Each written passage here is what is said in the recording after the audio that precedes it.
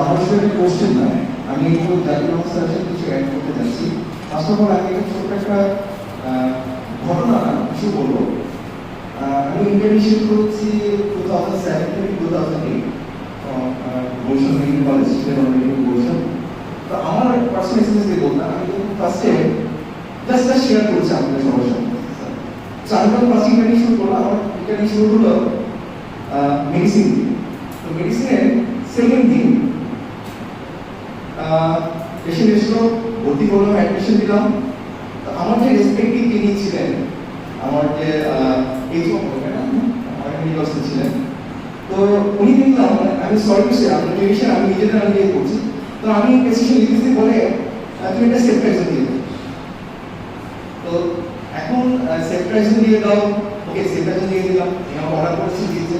কিন্তু পরবর্তীতে আমার জাস্ট নিজের মধ্যে একটু ইয়ে হলো, সেপ্টাইজের রোলটা কি এসেছিল, সেপ্টাইজের রোলটা কি। আমি একদিন চিন্তা করলাম আসলে এগুলো কিন্তু সেপ্টাইজ হওয়ার কথা না, কারণ আমরা প্রত্যেকেই দেখতে পাচ্ছি। সো আসলে যে জিনিসটা কথা বলা হচ্ছে অ্যান্টিবায়োটিক রেজিস্ট্যান্ট যেটা হচ্ছে, আসলে ক্লিনিশিয়ান হিসেবে কিন্তু আমার রোলটা এখানে সবচেয়ে বেশি। আমরা যদি এখানে নিজেরাই যদি এটার ব্যবহারটা যথেষ্ট ব্যবহার করি, তাহলে এটা এত সেমিনার, এত ওয়ার্কশপ, এত কনফারেন্স, এগুলো কোনো কিছু হবে না, মানে অ্যাজ পার মাই অবজারভেশন। সেকেন্ড থিং হচ্ছে আসলে সত্যিকার অর্থে প্রত্যেকটা হসপিটাল, প্রাইভেট হসপিটাল, একটা বড় বড় হসপিটাল, প্রত্যেকটা একটা ইনফেকশন কন্ট্রোল কমিটি আছে। সেই আসলে কন্ট্রোল কমিটি আমি যত দেখেছি, আমি শেয়ার করি স্যারদের সাথে, আসলে কারা থাকে। প্রথমত হচ্ছে যে এখানে একজন ডেফিনেটলি একজন বায়োলজি বা মাইক্রোবায়োলজি যারা আছেন বা তারা থাকবেন, সেগুলো অবশ্যই ফার্মাকোলজিস্ট থাকবে। এবং সবচেয়ে বড় রোল কিন্তু আমাদের যারা হসপিটাল ক্লিনিশিয়ান আছেন তাদের। কিভাবে তারা কি করতে পারে, অ্যাজ ফর এক্সাম্পল একটা ক্লিনিশিয়ান কাছে পেশেন্ট আসলো, একটা সে সার্জারি বা যেকোনো পেশেন্ট আসলো, তার একটা আপনার একটা প্লাজান সেন্সিটিভ করে দিলেন, দেখেন যে সব সেন্সিটিভ আসলো, সরি সব রেজিস্ট্যান্ট আসলো। সো তখন কিন্তু ওই রিপোর্টটা স্যার ইনফেকশন কন্ট্রোল কমিটিকে জানানো হবে যে এই পেশেন্টটা আসছে।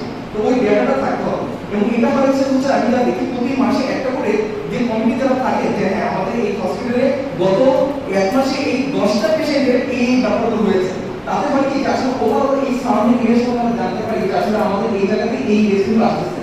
তখন এরপরে আবার যারা ফার্মাকোলজিস্ট তাদের কাজ হচ্ছে যে হ্যাঁ এটা কিন্তু হচ্ছে স্যার, আপনার মতো এটা ইউজ করতে পারেন বা এটা একটু করতে পারেন। আসলে এটা সম্মিলিত প্রয়াস। যদি প্রত্যেকের জায়গা থেকে একটু যদি সচেতন না হয়, এরকম আসলে কোনো ওয়ার্কশপ বা সেমিনার ইয়ে করা যাবে না। তো আমরা হিসাবে দায়িত্ব আমরা হোক ছাড়বো না। আশা করি আমাদের সমস্ত সবার জায়গা থেকে আমরা একটা চেষ্টা করবো যতটুকু এটা যথেষ্ট ব্যবহার না করে যতটুকু এটা ইনোভেশন করা যায়। এবং আমরা তো আছি, কিন্তু যেন আমাদের ভবিষ্যৎ প্রজন্ম যেন কিভাবে বেঁচে থাকতে পারে, কিভাবে তারা আরো ফার্দার প্রতিনিধিত্ব করতে পারে, সেই বিষয়ে অনেক কিছু খেয়াল রাখতে হবে। ধন্যবাদ।